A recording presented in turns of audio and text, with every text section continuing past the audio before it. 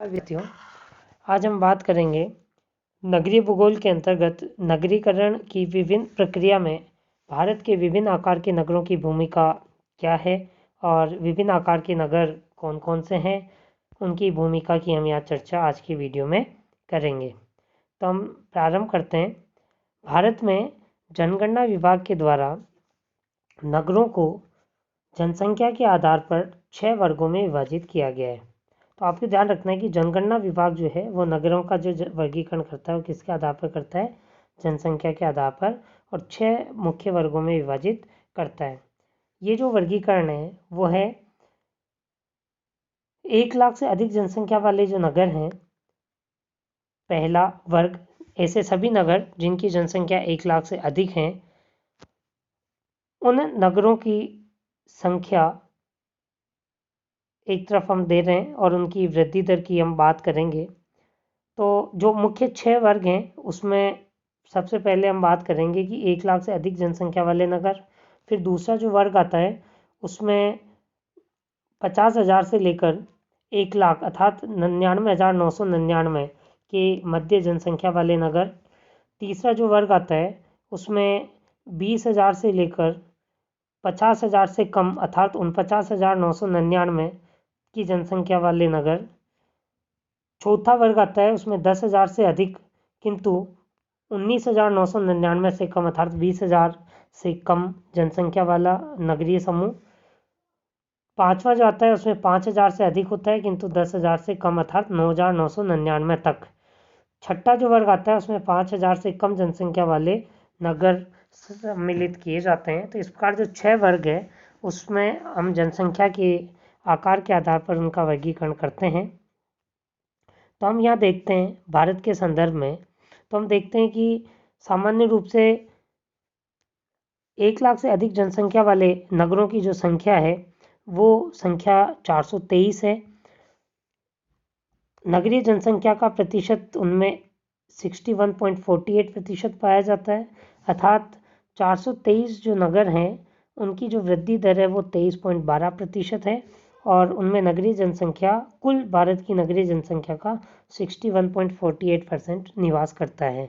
50,000 से 99,999 के मध्य बात करें तो लगभग 498 नगर हैं जिनकी वृद्धि दर है 45.45%। और नगरीय जनसंख्या की संदर्भ में प्रतिशत के संदर्भ में बात करें तो 12.30% नगरीय जनसंख्या इन नगरों में निवास करती है।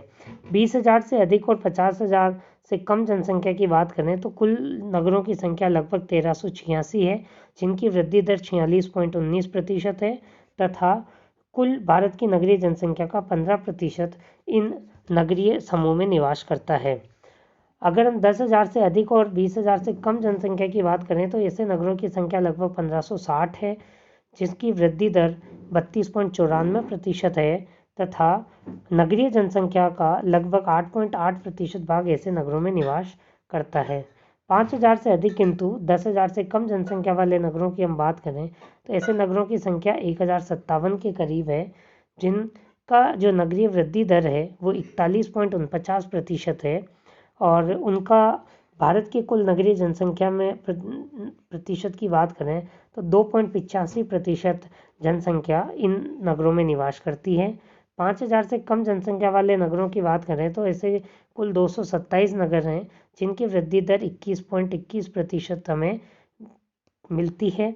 और ऐसे नगरों के संदर्भ में अगर भारत की नगरीय जनसंख्या के प्रतिशत की बात करें तो 0.29% जनसंख्या ऐसे नगरों में निवास करती है। हम आगे बढ़ते हैं, बात करते हैं कि 19वीं शताब्दी के मध्य अंग्रेजों के द्वारा कलकत्ता, मुंबई और मद्रास जैसे बंदरगाह नगरों की स्थापना के कारण भारत में नगरीय विकास के एक आधुनिक युग का सूत्रपात होता है। तो भारत के जो आधुनिक युग का सूत्रपात होता है वह मुख्य रूप से बंदरगाह नगरों के विकास के साथ प्रारंभ होता है। और अगर हम वर्ष के संदर्भ में अलग अलग दृष्टिकोण के साथ बात करें तो आप देखेंगे कि 1901 में सभी वर्गों के नगरों की जो संख्या थी वो 1851 थी, जिनमें से अलग अलग प्रतिशत जिसमें 25.8%, 10.9%, 16% अलग अलग जो श्रेणीबद्ध है जनसंख्या निवास करती थी। अलग अलग वर्गों की बात करेंगे।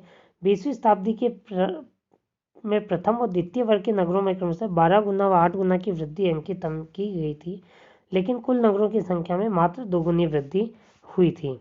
1901 में प्रथम वर्ग के नगरों की जनसंख्या का 1/4 भाग निवास करता, जो 2001 में जाते जाते 2/3 हो गया।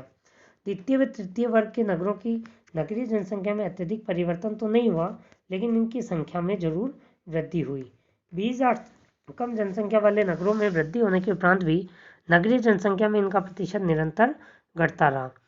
20वीं शताब्दी के प्रारंभ में नगरीय जनसंख्या का आधा भाग चौथे, पांचवें और छठे नगरों में निवास करता था, जो वर्तमान में घटकर केवल 10% रह गया। तो एक बहुत बड़ा पैराडाइम शिफ्ट हुआ कि 20वीं शताब्दी के प्रारंभ में जो नगरीय जनसंख्या का आधा हिस्सा था वो चतुर्थ, पंचम और षष्ठम नगरों के नगरीय वर्गों में था, वह वर्तमान में घटकर कितना हो गया, मात्र 10% रह गया। लेकिन इस शताब्दी में प्रथम श्रेणी के जो नगर थे उनमें जनसंख्या का जमाव तीव्र गति से हुआ, अर्थात नगर से नगर की ओर स्थानांतरण की गति में तीव्रता के साथ वृद्धि हुई। इसके विपरीत छोटे नगरों में जनसंख्या जो है वो लगभग स्थिर बनी रही, उनमें किसी प्रकार का परिवर्तन नहीं हुआ।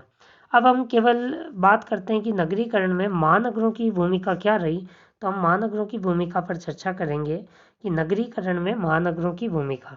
तो महानगर की जब हम बात करते हैं तो आप देखिए हम इसे भी एक समयबद्ध तरीके से ही प्रारंभ करेंगे। तो 20वीं शताब्दी में जनसंख्या में वृद्धि के साथ साथ महानगरों में भी वृद्धि हुई। 1901 से 1921 के काल में आपदाओं के कारण ये वृद्धि कम रही तथा महानगरों की जो संख्या थी वो मात्र 2 रही। तो 1901 से 1921 के मध्य भारत में महानगरों की संख्या 2 ही थी, लेकिन 1921 से 1924 के काल में महानगरों में जनसंख्या वृद्धि की तो होती रही, लेकिन जो नगरों की संख्या है वो केवल 2 ही बनी रही। तो हम ये देखते हैं कि 1901 से 1941 तक महानगरों की संख्या केवल 2 थी। तो 1941 से 1951 के दशक में भारत विभाजन के फलस्वरूप बड़ी संख्या में जो विस्थापितों का संकेंद्रण नगरीय भागों में हुआ, उससे महानगरों की संख्या में एकदम वृद्धि हुई तथा इनकी संख्या बढ़कर 5 हो गई। और इन महानगरों में इस दशक में 121.32% की सर्वाधिक नगरीय जनसंख्या वृद्धि दर्ज की गई।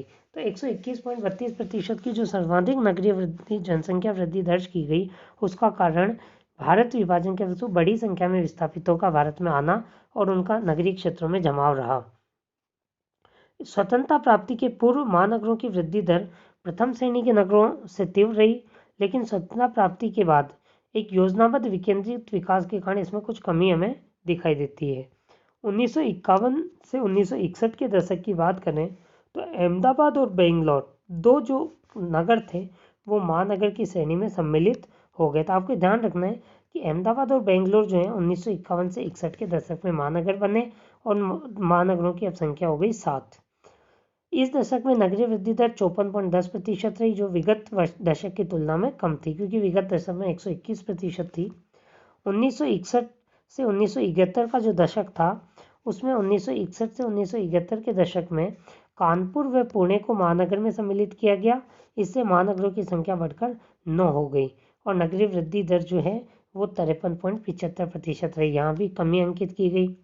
1971 से 1981 का जो दशक था उसमें नागपुर, जयपुर व लखनऊ को 10 लाख की नगरों में शामिल होने से अर्थात महानगर बनने से इनकी संख्या बढ़कर 12 हो गई। तो आप देखिए 71 से 81 अर्थात भारत, जबकि हम राजस्थान की बात करते हैं तो राजस्थान का जयपुर जो है वो 1971 से 81 के दशक में महानगर की श्रेणी में सम्मिलित हुआ और इस महानगरों में प्रथम श्रेणी के नगरों का 44.57% भाग निवास करने लगा। तो 44.57% यहाँ वृद्धि लगी। 1981 से 91 का जो दशक था उसमें एकाएक तीव्रता के साथ, यहाँ एक बड़ी विशेष बात ध्यान रखनी है कि देखिए 1971 से 81 में 3 आए, पहले 2 आए और कुल महानगर 1981 तक 12 थे, लेकिन 81 से 91 का जो दशक था उसमें एकाएक 11 बड़े महानगरों का विकास हुआ। ये एक बड़ा पैराडाइम शिफ्ट हुआ, बड़ा बदलाव आया। 1991 से 2001 में फिर नए 12 महानगरों का जन्म हुआ, अर्थात 1981 से लेकर 2001 के मध्य इतनी तीव्रता के साथ महानगरों की संख्या में वृद्धि हुई, जो कि स्वतंत्रता प्राप्ति के बाद की सबसे अधिक तीव्रतम महानगरीय संख्या में वृद्धि अंकित की गई। 11 और 12, और वहाँ हम बात करते हैं 51 से लेकर लगभग 81 तक का जो काल था उसमें केवल 12। तो ये जो 81 से लेकर 2001 का दशक था, वहाँ तीव्रतम महानगरों की संख्या में वृद्धि हुई। इनकी जनसंख्या में भी 67.76% की वृद्धि हुई, जो स्वतंत्रता प्राप्ति के पश्चात की सर्वाधिक वृद्धि मानी गई। फिर हम 2001 की जनगणना की बात करें तो 2001 की जनगणना में 10 लाखी नगरों की जो संख्या थी, वो 10 लाखी नगरों की संख्या 35 हो गई। इस समय इस देश की 37.8% नगरीय जनसंख्या और 10.2% कुल जनसंख्या इनमें महानगरों में निवास करती। तो सामान्य रूप से अगर हम बात करेंगे कि जो नगरीय जनसंख्या का 37.8% भाग 2001 का, जो 35 महानगर हुए थे उनमें था, 2011 की जनगणना तक आते आते इनकी संख्या 53 हो गई। तो 2011 की जो जनगणना थी उसमें 10 लाखी नगरों की संख्या पुनः बढ़ गई और 53 हो गई। तो हम यहाँ चूँकि हम 2001 तक का ही दृष्टिकोण हम इसमें बात कर रहे थे, तो आपको यहाँ एक और डायग्राम में तथ्य जोड़ना पड़ेगा।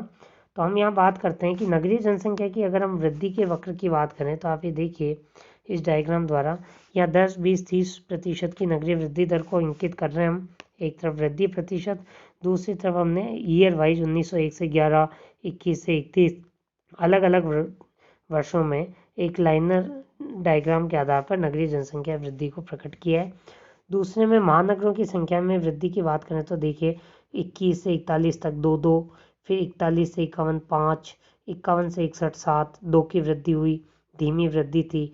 61 से 71 तक 9 और 71 से 80 तक जो है 12। तो ये जो एक लंबा दशक था 1921 से लेकर 80 तक का, इसमें महानगरों की संख्या में धीमी गति से वृद्धि हुई, संख्या तीव्रता के साथ नहीं बढ़ी। लेकिन 81 में 23 हो गए 91 के दशक में, और 91 से 2000 के दशक में 35 हो गए। तो ये जो संख्या में वृद्धि हुई 12 से 23, 35, और जब हम इसके बाद 2011 की बात करें तो ये पहुंचकर हो गया था 53। ये हो गया 53। तो वर्तमान में जो है 2011 की जनगणना के अनुसार वो 53 महानगरीय जनसंख्या। तो नगरीकरण में महानगरों की भूमिका को और महानगरों की संख्या को हमने इस वक्र के द्वारा देखा। अब हम बात करते हैं कि तीव्र नगरीकरण में अतिशय वृद्धि के महत्वपूर्ण कारण क्या रहे, और वह तीव्र नगरीकरण का जो काल था वो कौन सा था। तो 1961 से लेकर 2001 का जो काल था वह तीव्र नगरीकरण का काल माना जाता है। और उसमें अतिशय वृद्धि के जो कारण थे उनमें मुख्य कारण में जो कि हम औद्योगिक विकास की ओर अग्रसर थे, इसलिए भारी संख्या में उद्योग और व्यापारिक प्रतिष्ठानों की स्थापना हुई थी। भारी संख्या में उद्योग व व्यापारिक प्रतिष्ठानों की स्थापना इसका एक महत्वपूर्ण कारण रहा, और व्यापारिक प्रतिष्ठानों की स्थापना नगरीय क्षेत्रों में होने से तथा रोजगार की अपार संभावनाएं उत्पन्न हुई, और उस रोजगार की अपार संभावनाओं अर्थात आपको ध्यान रखना है कि उद्योग और व्यापारिक प्रतिष्ठानों की स्थापना से रोजगार के अवसर बढ़े, और रोजगार के अवसर बढ़ने से ग्रामीण क्षेत्रों से नगरों की ओर तीव्र स्थानांतरण हुआ।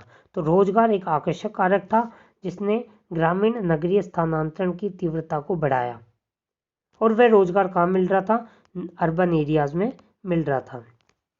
दूसरा, ग्रामीण बस्तियों को, कुछ बस्तियां ऐसी थी जिनको हमने नगरीय का दर्जा प्रदान किया था। कुछ राजनीतिक लाभ के लिए या राजनीतिक निर्णय ऐसे हुए कि कुछ ग्रामीण बस्तियों को हमने नगरीय दर्जा दे दिया, तो उस ग्रामीण बस्ती का जो समूह था वो स्वभावगत तो ग्रामीण ही रहा, लेकिन नियम और सरकारी निर्णयों के आधार पर वह जनसंख्या नगरीय जनसंख्या में परिवर्तित हो गई। इसके साथ साथ हमने नए नगरों का निर्माण किया, और नए नगरों का निर्माण हमने किया वो एक निश्चित प्लानिंग के तहत किया गया था। तो उन निश्चित प्लानिंग के तहत जितने भी हमने नगर बनाए मास्टर प्लान के आधार पर, उन नगरों में समीपवर्ती जो ग्रामीण क्षेत्र की जनसंख्या थी उनको तीव्रता के साथ आकर्षित किया, इसलिए ग्रामीण से नगरीय क्षेत्रों में उनका पलायन होने से नगरीय जनसंख्या या नगरीकरण की जो प्रवृत्ति थी वो तीव्रतम रही। जो अंतिम कारण था कि वर्तमान जो नगर है उनके आकार में भारी वृद्धि हुई। क्यों? क्योंकि वहाँ रोजगार की अनेकों संभावनाएं उपलब्ध थी, रोजगार की उपलब्धता इतनी अधिक मात्रा में थी। और ग्रामीण क्षेत्रों में चूंकि धीरे धीरे हम औद्योगिक प्रक्रिया के माध्यम से कृषि में भी यंत्रीकरण पर आ गए थे, तो यंत्रीकरण होने से ग्रामीण परिवेश में रोजगार के अवसर घट गए थे। कृषि जो कि पहले मानव श्रम पर आधारित थी, अब वो धीरे धीरे मशीनरी आधारित होने से भूमि पर मानव समूह का काम कम हो गया और रोजगार प्राप्त करने के लिए जो ग्रामीण क्षेत्र के निवासी हैं वो अपने नज़दीकी नगरीय क्षेत्र की ओर पलायन कर गए। इन सभी कारणों के सम्मिलित प्रभाव से तीव्र नगरीकरण हुआ और हमारे नगरीकरण की जो प्रवृत्ति है वो तीव्रता के साथ 1961 से 2001 में आते आते बहुत तीव्रता के साथ बढ़ी। इन सभी कारणों के आधार पर हम कह सकते कि भारत में निरंतर अभी भी वर्तमान में नगरीय जनसंख्या में वृद्धि का जो दौर है वो तीव्रतम गति से चल रहा है। धन्यवाद।